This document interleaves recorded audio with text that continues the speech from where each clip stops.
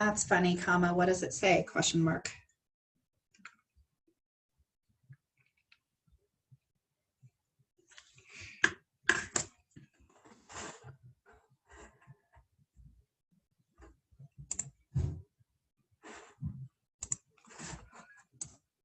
Hey, yeah, there's nobody on here either, so.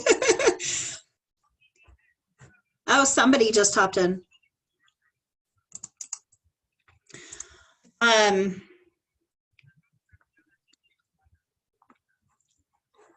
Okay, Lindsay just hopped on. So try again, maybe.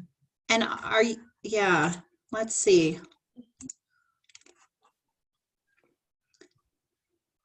And what Zoom account are you logged in under?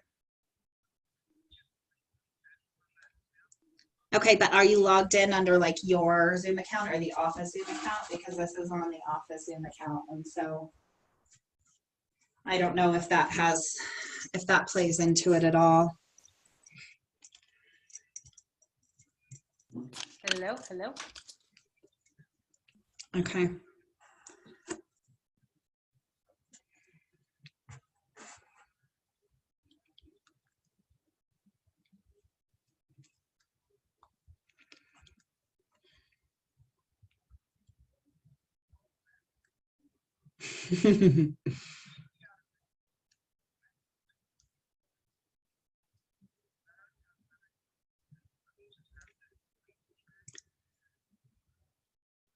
Yeah, how funny.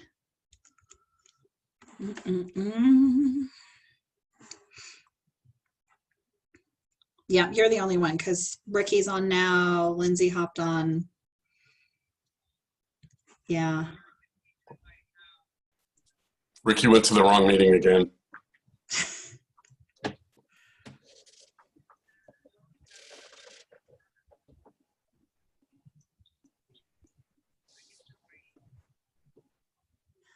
Are you on your phone or your computer?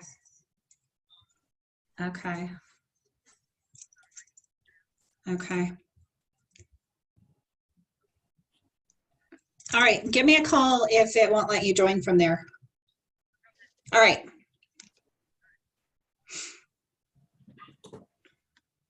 Okay, that was Angela.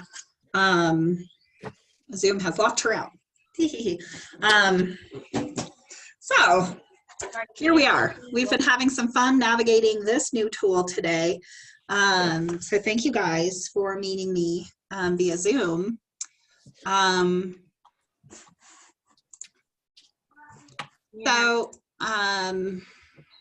Yeah, to be able to further our conversation about the LEADS program.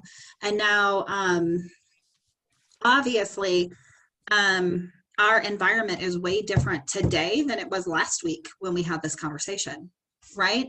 So my sense of urgency to move forward with this, I don't want to say that it's different now. I still feel like we have a sense of urgency to move forward with it, but for different reasons than I think we had.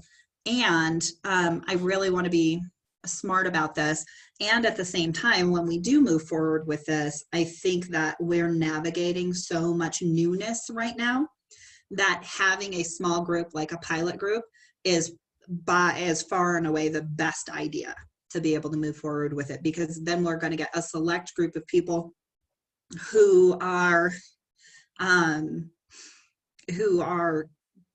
caught up or coping well, maybe, with some of the environmental changes that we're seeing right now.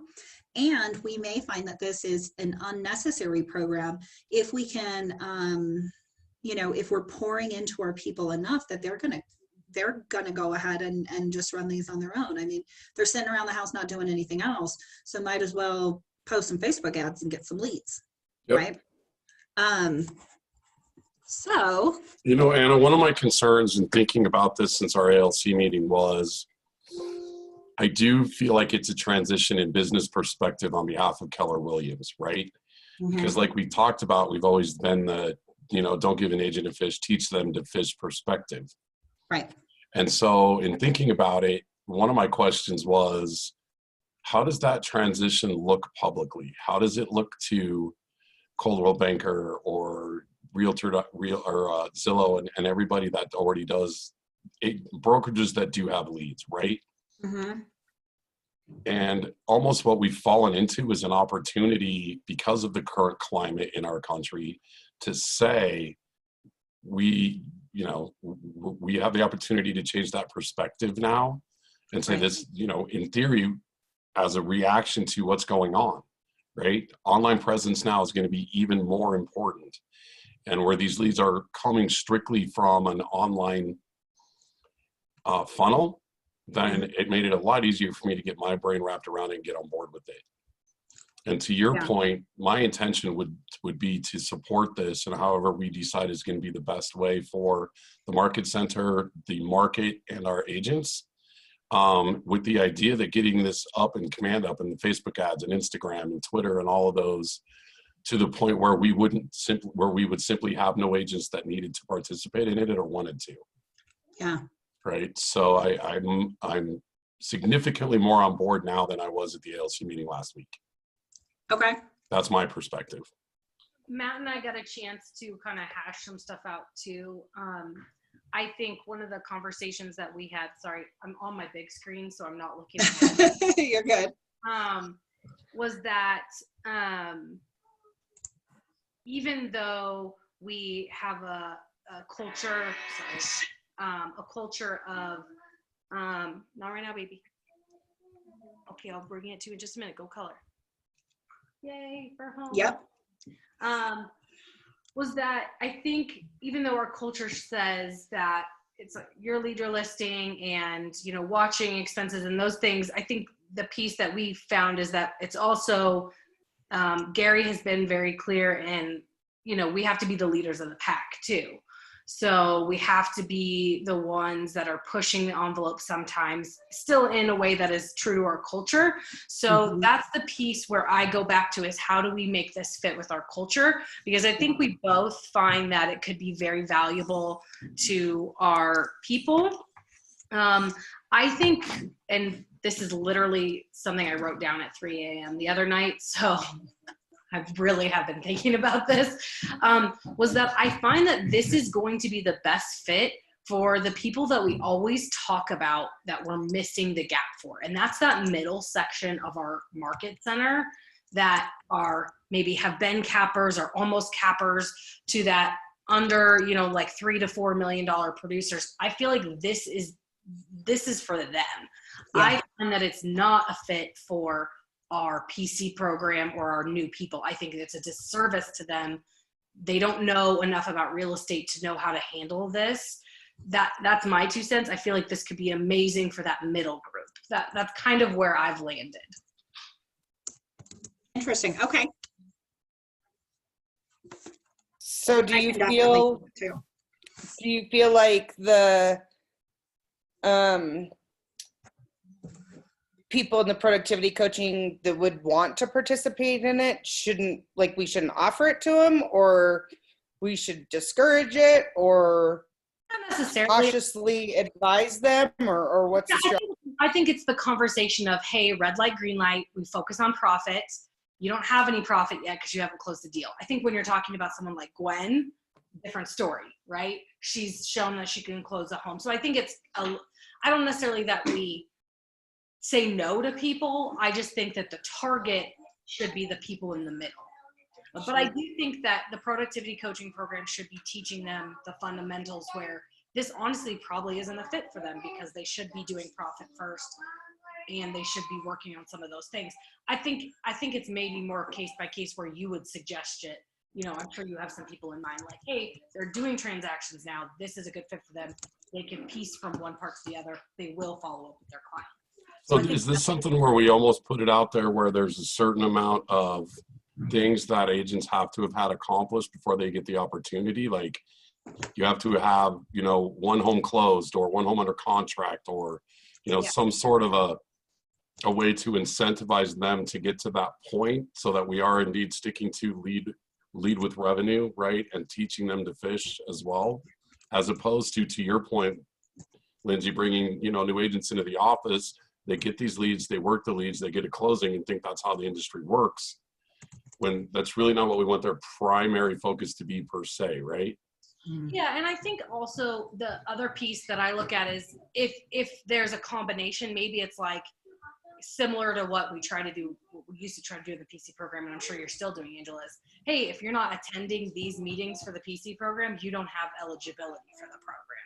Or maybe there's a way to combo it so we are increasing their skills, we're increasing their commitment to the program, their commitment to the office and to real estate. I don't know. I'm just kind of spitballing on that, but my mind kind of went to could be such an important thing for our middle group of people. Right. Coaching is changing, and a lot of it included open houses. So we're going to have to maybe pivot on some of that, virtual or whatever. There will be 3 phases of launch now. So maybe it's something that, and one person under contract, like a buyer's agency, seller's agency signed, moves you to the 2nd level of launch. And then a closed piece of business moves you to the 3rd level of launch. So depending on what it is, you know, if it's a listing that you have signed, maybe we can let them in sooner. Otherwise, it's a full closed piece of business. Or 3rd level of launch, then you're eligible for leads or something. More than what they already get, because technically for sell by owners and expireds are leads. Yeah.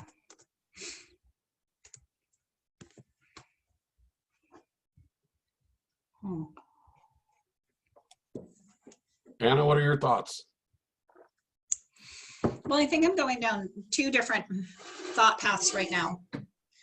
The first is, how do we move forward with this in such a way where it is really a service to the agents who it could be a benefit for? And the second is, how do we move forward with just the training requirement piece of this so that we can get more of our agents doing this on their own right away? Right? Like, how are we really buckling in and holding our people's hands so that this isn't their default, right? So that they have the skills to do this. And then when they have the opportunity to lead with revenue, is this a piece of leverage that they would consider instead? Which I don't know how much I love that either. Do you guys have people in mind currently to run the pilot with? And maybe who are they, so we can see, because I think it's still important to try out people in different areas of their business, and let's see who really jumps forward in it, because maybe the answer is it's always the new people who are really actually taking it. But I kind of find that in my mind, I feel like this could be the bump for the people that have had a little success but need to kind of get a little more momentum again or something. I don't know. But I think that maybe that the question lies in, what does the pilot program look like? I think a lot of our answers will come clear on that if we have different people from different groups of success so far in their business. And let's, do we have hey, this is what we're going to train them on first, second, third, then maybe have wrap up meetings with them. Hey, did that help? Were you able to do your own now? I don't know, but that's kind of my thought is, what do you think is most important to start putting at the dartboard now for that kind of pilot of people, and who does that consist of? Because I think we just kind of have to get it going a little, right? And that just jump in and what's our like main, we have to do this, we have to do that. I was thinking about what if upon entry into the program, they must do the classes, and then they may change their mind on if they feel like they can do it themselves or not. Yeah. So it's not, you must take this in a month. It's, you take it now you're in, and they may be like, oh, this is easy enough, or I'm not at a place that I want to take this on yet. I still need to do X, Y, Z. So maybe I'll do it for a month or two, and then I'll get to that point. Mhm. Well, and I think part of that kind of works itself out. If we're talking about, you know, they're $150 a month and they get X amount of leads, things like that, and they get involved in that lead program and they figure it out and they say, okay, wait a minute, I got X amount of leads for $150, right? Well, how many leads could I get if I spent the same $150 and just did my own Facebook leads, right? And then they almost self-promote and self-select them out of buying leads from the market center because they get more leads per dollar spent. Mhm. Or how much do they have to spend to get the same amount of leads? If they do 3 10-day ads, that's $90, how many are they getting and things like that? And I think that that agents, if we've done our job, if Angela's done her job correctly in the coaching program, and as leadership, we've promoted these people to teaching them to fish. In theory, in my mind, they'll self-select out of that program because it's not financially worth it. If they can get more leads for less money, why would they not do that? Mhm. If we have done correctly as a support team to agents and taught them how to fish.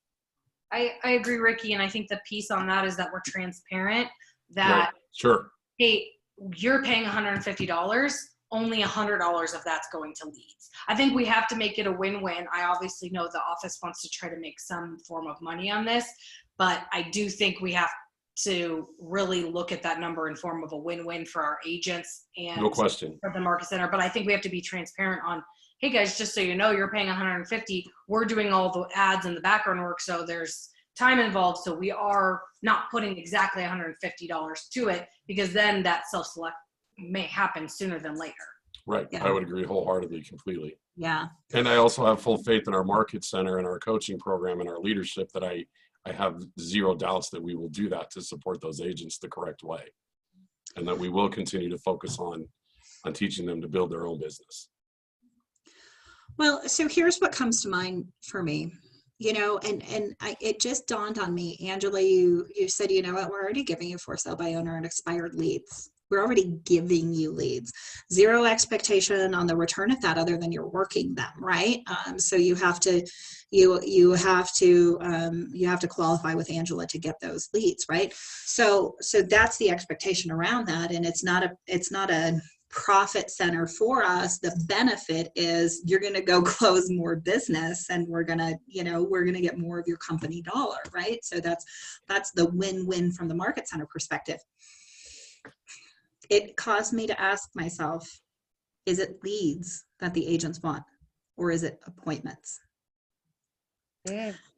And Well, I think it's our job to differentiate between the two and teach them that it's really appointments that they want. Because my guess is if you ask new agents, they're going to tell you they want leads.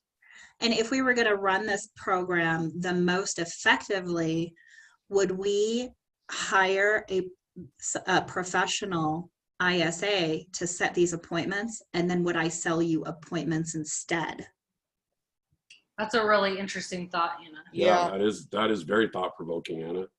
And then, gosh, and so here's where my mind goes, right? Because, oh my gosh, then how am I doing anything different than Zillow, right? Where I'm going to sell you the appointment and I expect you to manage it on command inside of my platform, and you're going to pay me a higher split because it's going to cost me more to get you that appointment, yet you're closer to the closing table by the time you get that, right? So now we're looking at, a 50-50 or a 40-60. Probably, if I'm giving you an appointment, right? So I don't know. I like I said, literally just thinking of this. So I haven't developed it or anything like that. I don't know what that would look like or where that would go yet. Yeah, what's the real solution here? Well, we would need to know And- what's the cost of an ISA and what's the conversion rate of them getting a lead to getting an appointment, right? We would Mhm. almost have to know those two numbers before we could decide 60, 40, 50, 50, whatever the Right. math would show. Yeah, right? we'd have to go backwards on the math for that to decide what it would be worth. And then, and then at that point, it's probably not a monthly membership. There's probably an upfront cost for that appointment, right? Like every appointment is $150 or whatever, right? Right. And then you as the agent get to decide what's your, and then there's a split at closing, right? Right. So you as the agent get to work on your conversion skill at that appointment to make it happen. Now, we all know that everybody qualifies an appointment differently, right? Because Ricky, your time with KCN, you got a ton of appointments that were not really appointments, right? These weren't Correct. people who were looking to sell their house. They wanted that free CMA, Right. Yep. Absolutely. My question And so- to, is this a dependent model? Is it an interdependent model? And I think we have to be cautious about what we're teaching people. Yep. And what Well, they and were. that's the piece. Is this an ISA and then you get time to actually be in the room with the ISA? Like to be a part of this program, you get to actually learn how to convert on your own. Is this ISA then teaching in the market center conversion skills? Could that be a piece that allows that to be interdependent? We still have one question that needs to be answered, and that is, of the $150, if that's the number we're using, we still kind of have some background on if we put in $60 every ad, we are getting 50 leads. So Right. I think we do have to look forward and decide what this program is going to look like. But that's kind of why I kept saying we need to pilot this a little, because I think we have a lot of unanswered questions. So I'm kind of wondering who we can put in to see, kind of try this. Maybe like one person that's a new agent, one that's middle, one that's experienced, and keep it real small. And then say, okay, we're gonna do a leads. We're gonna give you leads. Let's see how this works. What would you pay for it? Let's kind of like investigate that. Mhm. And then maybe 2 weeks later, or when we could figure out an ISA, or if we figure that out, okay, now how would that look for you if these were appointments? Right. I think, I don't know how to answer that without more data is my concern. But I think it's interesting. I think potentially you could lend yourself to more issues of, well, you gave me a bad lead or a bad appointment. Whereas leads, they have to learn to follow up. And I think there are more skill sets they're learning when it's just leads. Yeah, and when you get an appointment, Back you're a as little closer to the appointment, transaction too. So there could be a wash in that. But I think you're right, and I think, Ange, you might have pinned it. Do we set up this training, invite everyone to this training, with the idea that we're going to be announcing a new pilot program at this training? You must attend to be eligible to participate. And then at the end of the training, we say, okay, here's a quick overview of this pilot program, and it's limited to 3 or 5 seats or whatever the case is. Who would be interested in this? And then we have people who have already crossed the barrier to entry. They've already learned how to do this themselves, and they've made the decision there. Okay, I will, spend a little bit of money, and it would be less, of course, for the pilot program. I would spend a little bit of money having somebody do this on my behalf to lab this. I don't know. What do you guys think about that?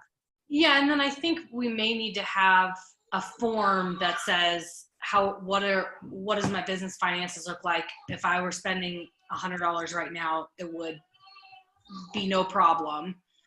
Because I did listen to Gary Keller this morning, so I'm careful. He's also saying have an online presence, but and Command is a great tool, but he's also saying be very careful with your expenses. So I'm kind of torn a little bit, but I think that they would have to come. We can announce that it's a pilot.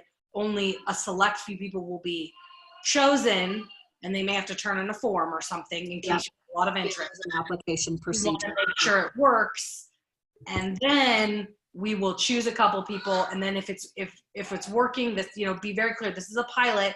We're not sure if this is going to work or not. We want to try it. We want your feedback, and then we will open it up to the market center if it's something that's successful. Yeah. I think if you would set the expectation that way, one, the people that got in the pilot program, if it didn't work, they knew it was a pilot. Right. People know that we're testing it. We did due diligence first, and it may have more traction when you say, hey guys, guess what? We did a pilot. It worked wonderfully. Here are the expectations again. You'll have 2 more trainings or whatever. I don't know. I think it gives you the best jumping off point. So I do think that maybe a full training, if you come, you're selected into a pilot program. Yeah. Sorry, I gotta go step a pacifier real quick. Hold on. Yep. What do you guys think? Ricky, Angela, are we going on down the right road? Well, I'm in my head, I think we absolutely are going down the right road. And my thought was, so if we have this class, right? Mhm. And we haven't outlined what it looks like and all of those things. And then we say, again, for X dollars, you get X leads, right?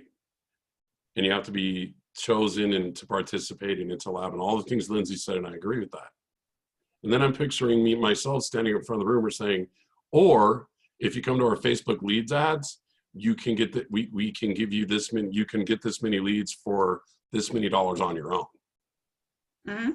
Right? And we might have 0 people who say, I want to be a part of your pilot program.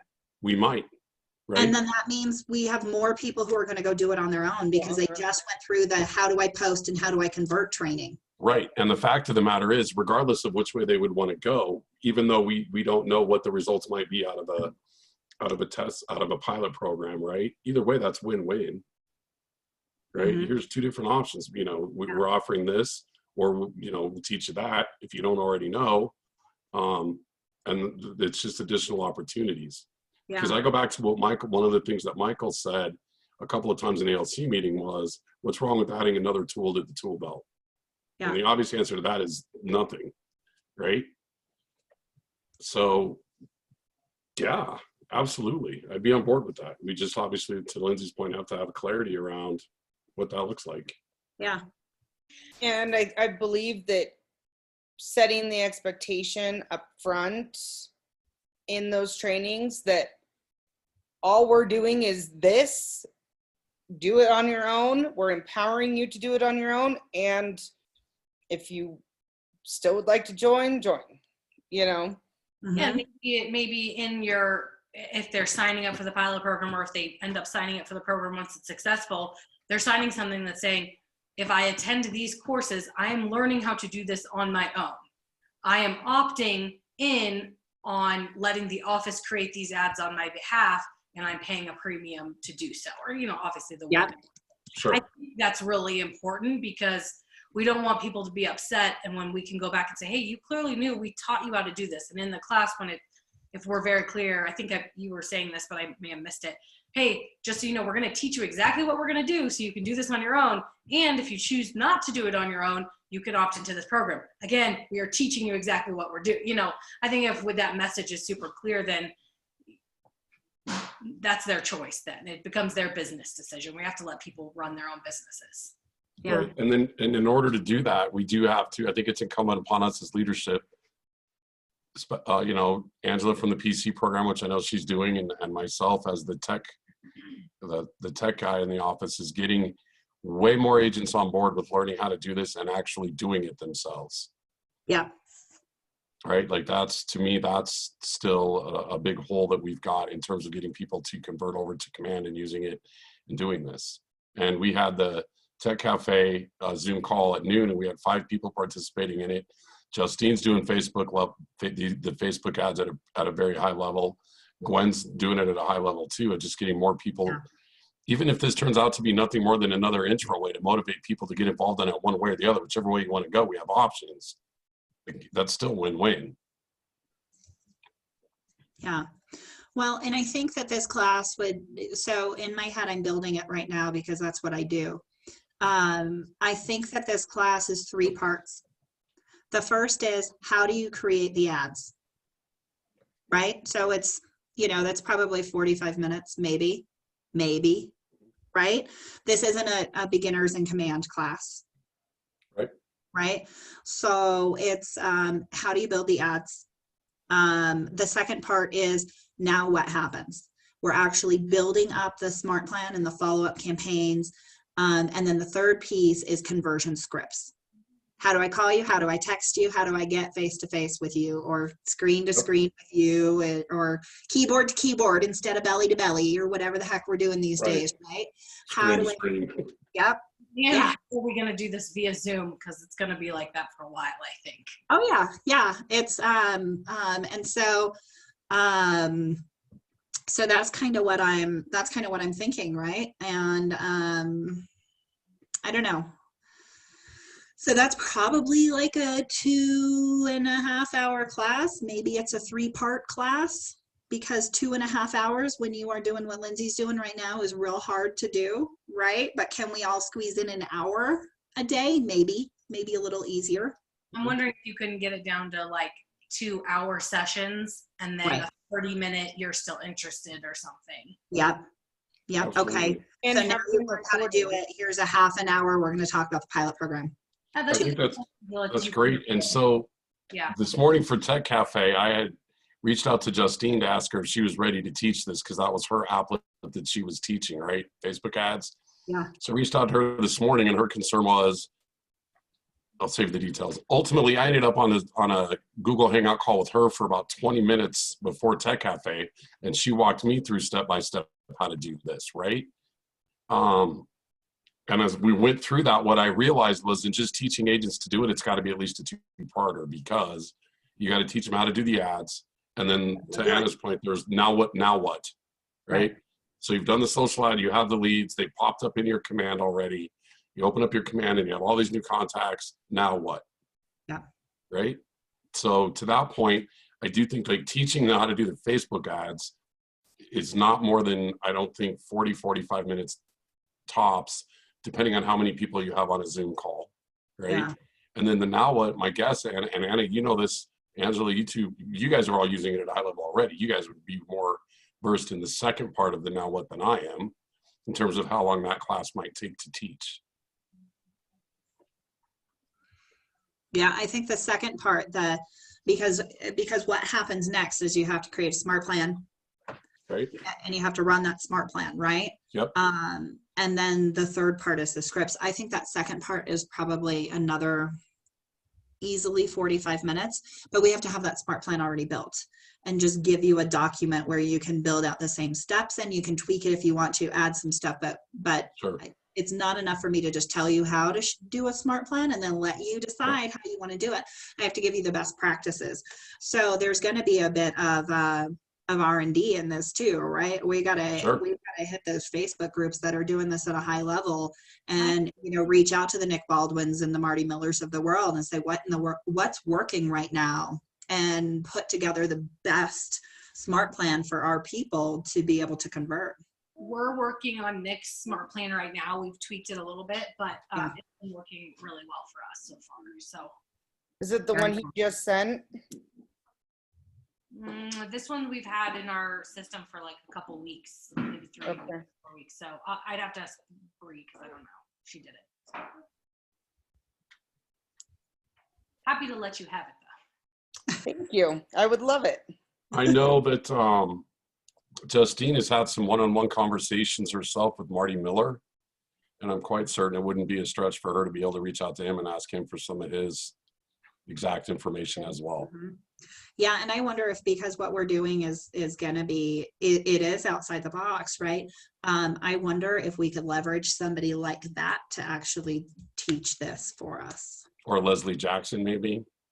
Maybe. Or, I mean, potentially if for some reason it's not, maybe it's a recorded call that we play the videos and we're like side by side teaching with it. I'm sure you could get Nick Baldwin or Merce, one of them, to do something. They may already have videos that you could use. So you don't have to recreate the wheel. We're just walking people through the steps. Sure. Yep.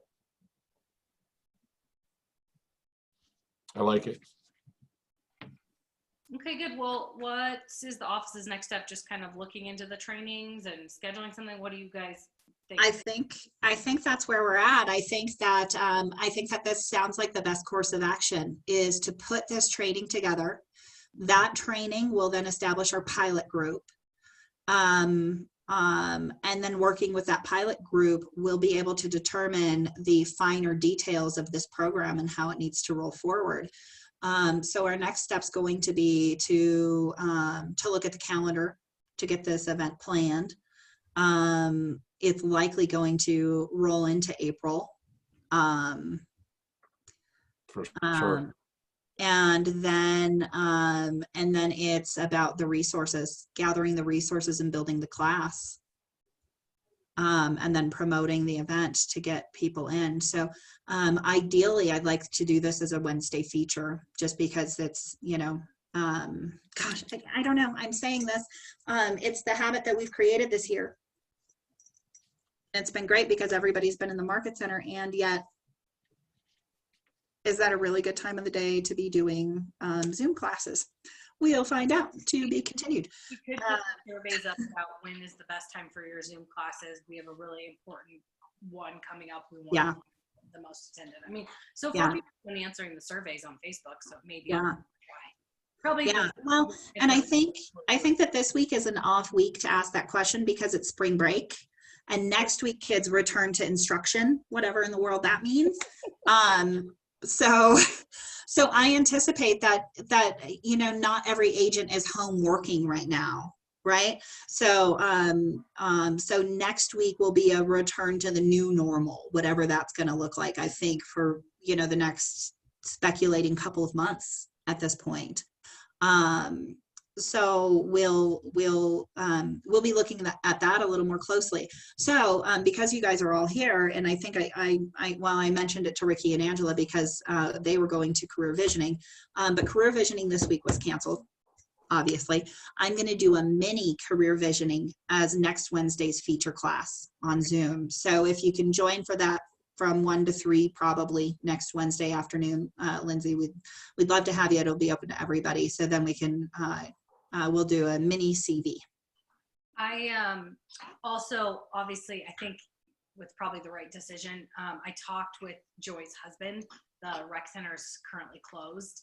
And so the CDC is saying through May, groups of 50, I think we're obviously canceling the Easter. Yeah. So I'll I put think that out today as well. Is there any specific messaging you want on it?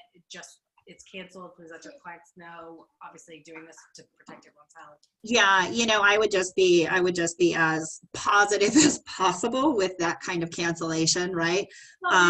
Send elsewhere. Woohoo! And maybe there's so good news. Here's an opportunity for you to reach out to your sphere and wish them all individually a happy Easter or whatever, right? However that's going to look. All right, just making sure. I was like, well, I know we talked about it, but I'm going to go ahead and make that call because it's not happening. So. Yep. Well, and so that was kind of what we were talking about last week is over the course of the next week or so, we'll have a better idea of the scale and scope of what this is. And I think since the CDC came out and said no groups of 50 for the next 8 weeks, here we go. This is probably our new normal for a couple of months. Yeah. There's in some states that are limiting it to 5 people. So Matt with right now, he said that there are a lot more cases than we know, and it's going to be a shutdown for a while. Yeah. Wash your hands. Right. Yes. Okay. Now that we have America well trained on washing their hands, next week we're going to work on shapes and colors. Well, I had a photo scheduled for today, and my photographer, I think I should let you know that I was in the mountains, and I don't know if you guys all saw that come out. Oh, yeah. Yeah. Counties. And he goes, and I should probably mention that I woke up with a burning chest. And I was like, dude, you're not taking photos at my listing. Like, sorry, we're canceling. So, that's exciting. I'm curious. I know this is off topic a little bit, and if we want to chat about this later after this allotted time, that's great. If you had listings that were going live this week, are you still going live with them? I am. I'm going to ask that. I have one on Thursday. I have to because we just went under contract, and it's a stipulation of the contract. So we are. He's a firefighter, so we are not doing open houses. We're doing private showings, and we're asking for limited people and to please sanitize and don't touch anything if you can. Yeah, I think that's, I've got one this week, one next week, and I think one the following week. So I think I'm in line with you guys. Do you know, can we set it up with showing permissions that we can set it up for no overlapping showings? You can in showing time. Yeah. Okay, I cool. think it's going to have to be for Yep. sure a good call. That's almost got to be the assumed answer moving forward. I do think that I'm wondering if the ones that are sooner than later are actually going to be better, because I have one that just got pushed to the end of the month, and I think that one's going to be harder because more regulations and stuff are going to come down. I agree. I'm hoping I can get this one under contract quickly. Yeah. Double check lenders. Make sure when you're going on under contract, buyer or seller, you're having a conversation with that lender about their preparedness for what's happening, their remote workforce, how well are they going to be able to underwrite if their offices are shut down. Yep. Because that's going to be a real game changer here. Great way to get people into Keller Mortgage. We were reassured today on our leadership call today, Keller Mortgage is 100% ready to go. We were made for this. We've got all of the funds and our workforce is remote. Let's go. I love that. That is absolutely true. That conversation this morning, because it is getting a little hairy. I have 2 in Adams County right now. Good luck. Closes in 2 weeks, but I just talked to everyone and they said they're doing gap coverage. That's a land title, which I know they've been very strong that they're going to be. Yep. And you know the other ones are coming, right? Arapahoe, Doug, all the counties are coming where the quarters are going to be closed. Yeah, everybody's going to be closed. It's just a matter. Has Damien mentioned anything that is concerning, if how long gap coverage or anything, or is it good if as long as we have gap coverage? Like in his memo, he I feel like he indicated that that the gap coverage is the gap coverage, regardless of the length of time. So I think that would be a title company call. That was my too. I just wanted to make sure you guys had anything different. Yeah, I haven't heard anything else from him. Then there's he's come up with different extension clauses also. Donna and I had worked through a couple this weekend, and then he's come out with exact ones that Patricia mailed out right at the beginning of the call. Oh, okay. Is Good. that for like as you go under contract or starting to put in contracts, or? Yeah, start putting it in contracts. In the event of a government entity like a clerk or county recorder or settlement service. I mean, it's Damien wordy, so cut it down, but it's basically like, And lawyers. yeah, you're gonna extend for this, and then the coronavirus quarantine extension, if either one of them are voluntary or mandatory quarantine, then all contract deadlines will be extended for 14 days. Yeah, Joy had just asked me if she should put something in her contract, and I said, I don't know. I think everyone's going to be playing nice if it's a coronavirus issue, but Well, but good to be I- protected. I think having that stuff in there for, like you said, the quarantines, 14-day extension automatically to dates certainly makes our lives easier. And I think it puts buyers and sellers at ease that, okay, I'm not going to lose this deal over the coronavirus. It's just going to delay everything, right? Yeah. And so we have that verbiage that just extends the contract out for the psyche of buyers and sellers. I think that would be really important. The one that Donna and I had come up with this weekend was all parties agree to sign amend extend to extend all dates that have not passed up to 14 business days should any part of the contract be delayed due to COVID-19, whether the delay be from a closure of a necessary company that is involved in the transaction or buyers or sellers becoming ill by the virus or on a containment due to possible exposure of said virus. So, Send that to me, please. yeah. I'll just write in buyer and seller agrees COVID-19 sucks and we're extending everything 2 weeks. Dude, it's going to get worse. It gets better, I'm telling you. It is. I'm not going to be in Colorado, I don't think. I think I'm going to go to my parents' ranch just because I can be outside. There's no one around. So horses and entertainment for the kids. But I think we're heading that way tomorrow. Yeah, good for you. Well, keep us posted. Anything we can do to help support your business. This week, our training calendar inside the Market Center is going to be on the light side. We're not really adding too much more than what was already there.